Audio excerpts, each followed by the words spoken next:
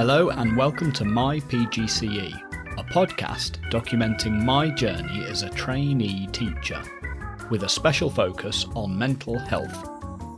I am your host, James B.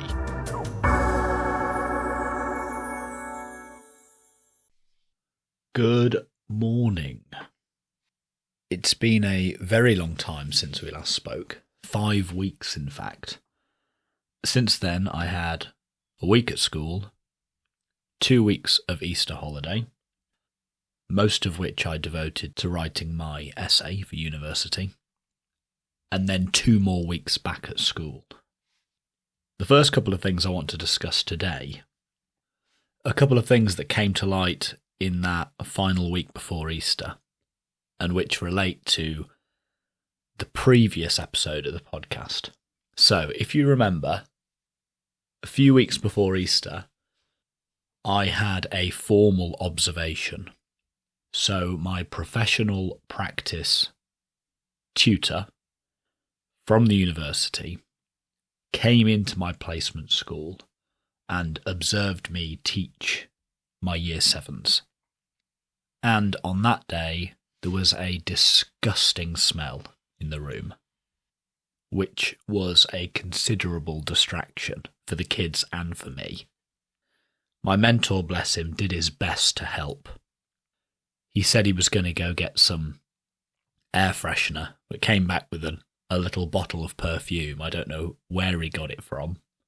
Sprayed that around, but it just congealed with the sick smell and created this new sicky sweet smell, which was arguably even worse than before. And the source of this smell, despite my best efforts, was never discovered. That is, until the following week, when one of my year 7 students told me that it had been a fart spray. So there you have it. A student was creating this smell. That didn't really surprise me too much. I certainly wouldn't put it past some of my year 7 students to do that. Although the smell in the classroom was definitely a sicky smell, not a farty smell, but anyway. I didn't find out who it was. All I found out was that it was a fart spray. But at least I had some measure of resolution there. Something else I discussed in the last episode was the value of trainee teachers. What is the value of a trainee teacher? Why have one in your classroom? Now, I was a bit pessimistic. I said something along the lines of trainee teachers are a burden to be put up with until they become good teachers and can continue the profession after the current good teachers have retired. But I continued the discussion with a teacher at school, and he explained that trainee teachers have far greater value than that. Far greater immediate value than that. He explained that trainee teachers free up capacity. So if you've got a trainee teacher who takes on 3 or 4 of the lessons of another teacher, that other teacher now has more time to do other things. I mean, sure, they'll still be in the lesson observing you, but they won't have to plan as many lessons for the week. They can devote more of that time to doing other things, so it frees up capacity. It also makes important contributions to the culture of the school. Trainee teachers are often very optimistic and enthusiastic and idealistic about the profession.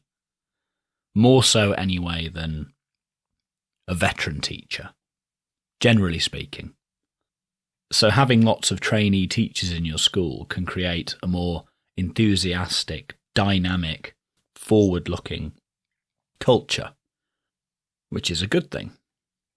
Something else that occurred to me too is that trainee teachers are often studying education at university whilst training to be a teacher in schools. They're doing a PGCE, for example, like me. So they may be more familiar with the latest research than teachers who've been out of training for several years, if not decades. That's something else they can bring to the table. So, despite my initial rather pessimistic outlook, trainees in fact have enormous value. They have a great deal to offer. So if you're a trainee and you're listening to this, never feel like you're a burden. You bring a lot to the table. One of the main things I struggle with, and I'll talk more about this in the mental health section towards the end, is planning lessons. And it's not planning lessons per se, but it's the amount of time I seem to lose trying to plan lessons. But last week, there was a miscommunication between me and one of my mentors. I teach Year 9 twice on a Thursday, in the morning and in the afternoon. And I thought my mentor had told me to teach them one topic, but over 2 lessons. So devote 2 lessons to a single topic. And in the first lesson, about 45 minutes in, we'd pretty much covered everything. So I went over to my mentor and said, I thought this was meant to last 2 lessons, this topic. And he looked at me in a rather concerned way and said, no, this was a 1-topic lesson. You were meant to plan something else for this afternoon. And my first thought was, shit. I thought that because I know how long it often takes me to plan lessons at the weekend. It can take me a long time, too long in fact, and it's something I'm working on. And I thought, I haven't got that much time between now and this afternoon. I have lunchtime, yes, but lunchtime is only half an hour or so, and there are normally other things to be doing during lunchtime. However, am I going to have time to plan this lesson? But when it came to it, not only did I manage to plan this lesson in lunchtime, I think I did it in about 10 minutes, which is a personal record. Now, they say that necessity is the mother of invention. Well, here it seemed to be that necessity was the mother of efficiency. I had to get the lesson planned. I had very little time to do it, and I managed to do it, even quicker than I thought I would. This was a real eye-opener. It made me realise that when I plan lessons at the weekend, when I have all day to do it, more often than not, I spend all day doing it. If I give myself a day, I spend a day. Here, I had less than half an hour, and I ended up planning a lesson in less than 10 minutes. I'd been worried about planning my lessons during the week because I thought that I just wouldn't have enough time to do so. I now think that if I do plan them in the week and give myself less time to do so, then I'd just get them planned in less time. With less time, I think I would just focus on the bare essentials of the lesson, as opposed to losing hours just making sure the images on my PowerPoint are centralised.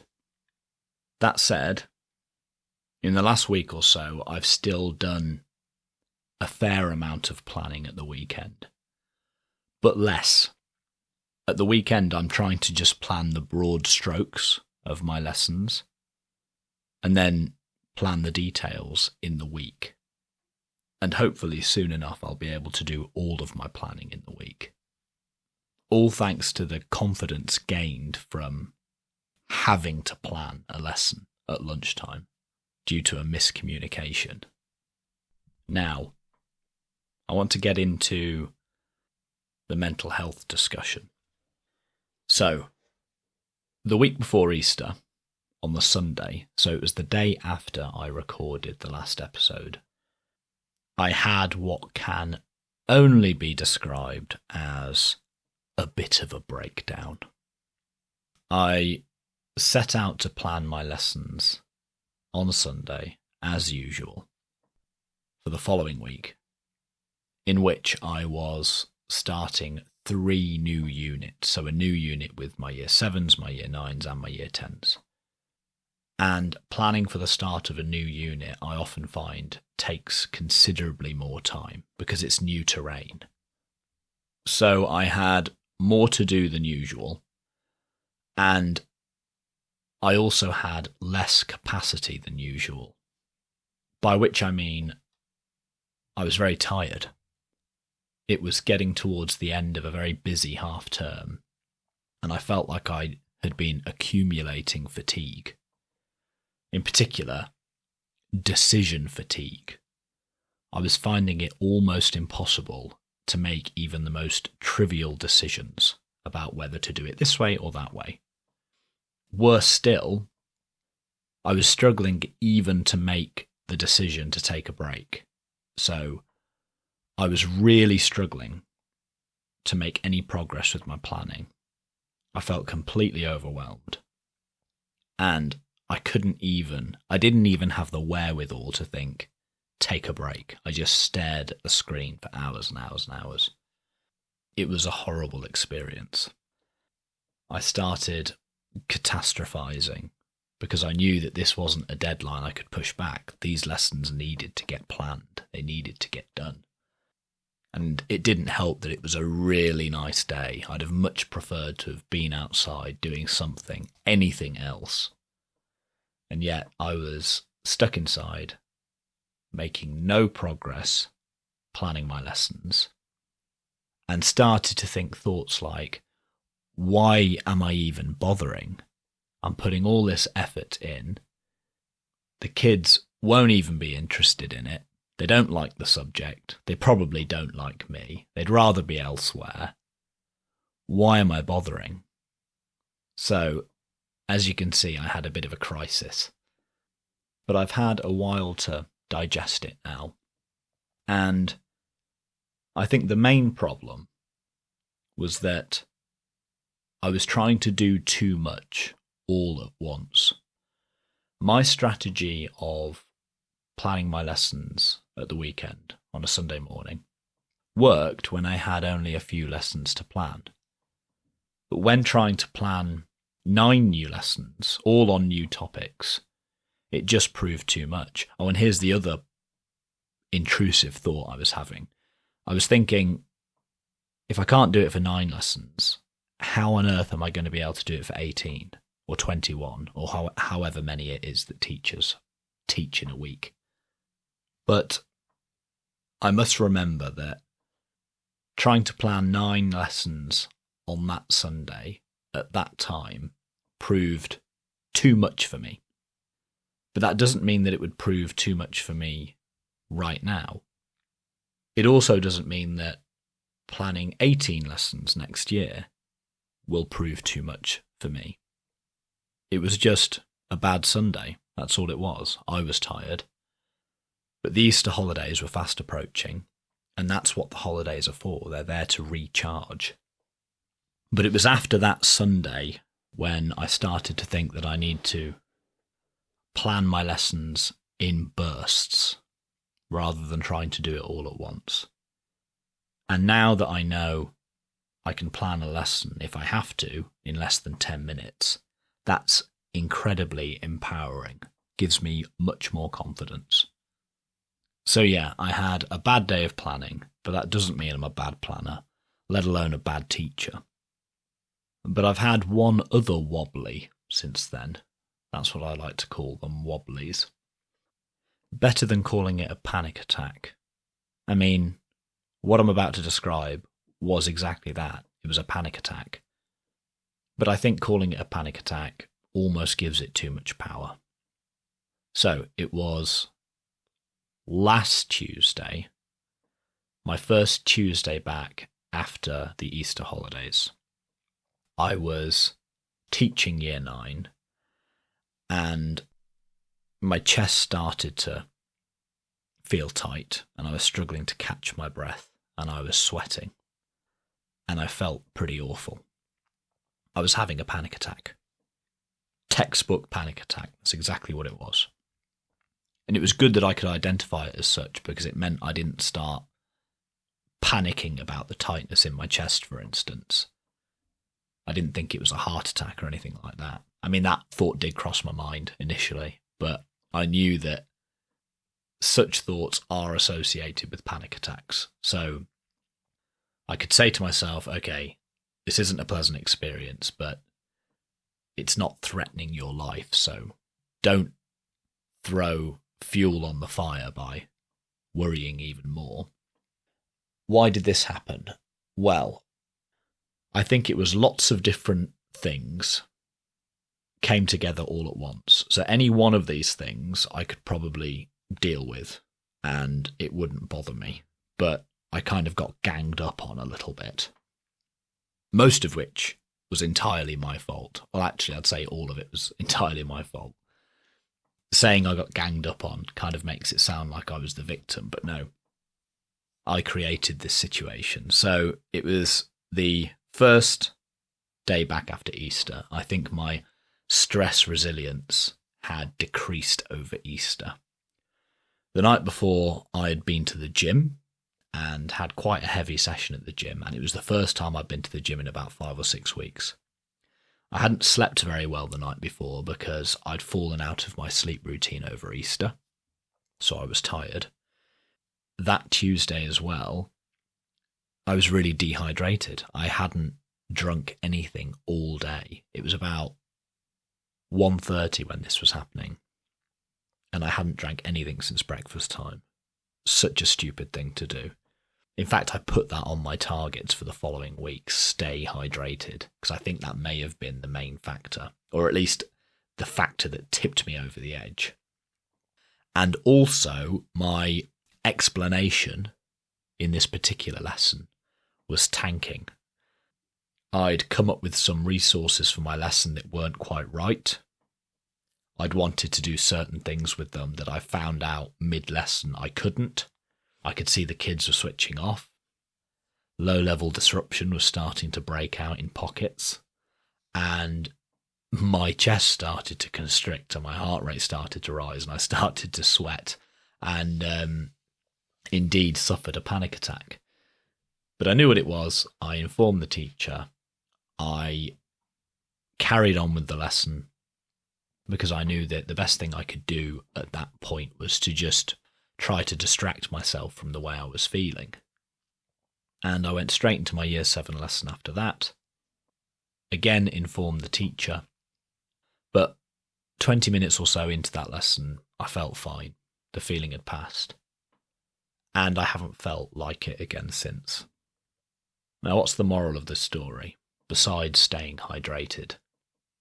Had I not known that I was experiencing a panic attack, I'd have probably had to stop. I may have thought I was having a heart attack. An ambulance may have even been called. That's not beyond the realms of possibility. Many ambulances get called every day for people who are suffering anxiety attacks. When I first started suffering with anxiety, I went to the drop-in centre several times because I didn't know what was happening to me. I thought I was dying. But thankfully now I knew what it was. I could see it for what it was. I knew that it posed no real threat to my life. And I kept calm and carried on. And within half an hour I felt much better.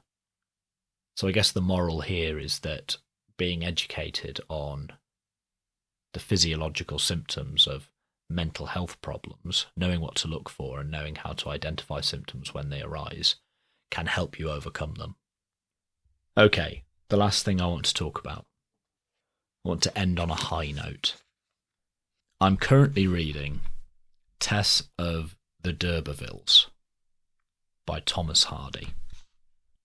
I read every night for 10-20 minutes or so before I go to bed. I find that it helps me switch off. Interestingly, I've heard that reading novels before bedtime can help you sleep because when you read a novel, you create visual imagery in your imagination of what's going on in the novel. If you're reading Harry Potter, You create visual images of Harry, Ron and Hermione and whatever they're up to. And creating such images puts your mind in a state that's not too dissimilar to the state it's in when you're sleeping, in particular when you're dreaming. So when you dream, your mind also conjures up visual imagery, as you know, which isn't too dissimilar to what your mind does when you're reading a novel. So yes, reading before you go to bed can help put you in the right frame of mind, ready to sleep. Anyway, that's a tangent. So I'm reading Tess of the D'Urbervilles, and there's a line, the first line, of chapter 15. It reads, "By experience, says Roger Ascham, we find out a short way by a long wandering." I'll repeat that. By experience, we find out a short way by a long wandering. And I looked up this Roger Ascham fellow, and it turns out he was tutor to Queen Elizabeth. He lived from 1515 to 1568. He was tutor to Queen Elizabeth and a writer on education. And I thought this line here summarised perfectly my journey so far as a trainee teacher. As a trainee, I am wandering far and wide, wandering all over the place, at times aimlessly. And what I mean by that is that, especially when I first started, I didn't know where to direct my attention. I was having to try to pay attention to everything at once. But slowly but surely, I'm starting to spot shortcuts. I'm starting to focus my attention on the things that really matter. And all the other stuff, I'm slowly automating. And this is sometimes why I think when you first start as a trainee and you see a veteran expert teacher, the journey from where you are to where they are just seems incomprehensible. How on earth do I get to that level? And it's because they've automated so much. So many of the things you're currently doing and having to pay a great deal of attention to the experienced teacher, it's second nature. Fully automated, requires no attention whatsoever. They've already done their long wandering and they found the short way. They found the shortcut. They know what's important and what isn't. So yes, being a trainee teacher involves lots of wandering, but it's only by wandering that we find the right path and we find those shortcuts. I hope that your wandering is going well, and I'll talk to you again in a few weeks' time. If you like the episode, please spread the word in person and on social media. You can follow the podcast on Twitter @mypgcepod or email mypgcepod@gmail.com. Please subscribe, rate and review in your directory of choice. Please also consider becoming a patron at patreon.com/mypgcepod and helping fund both the podcast and my PGCE course. Thank you, and talk again soon.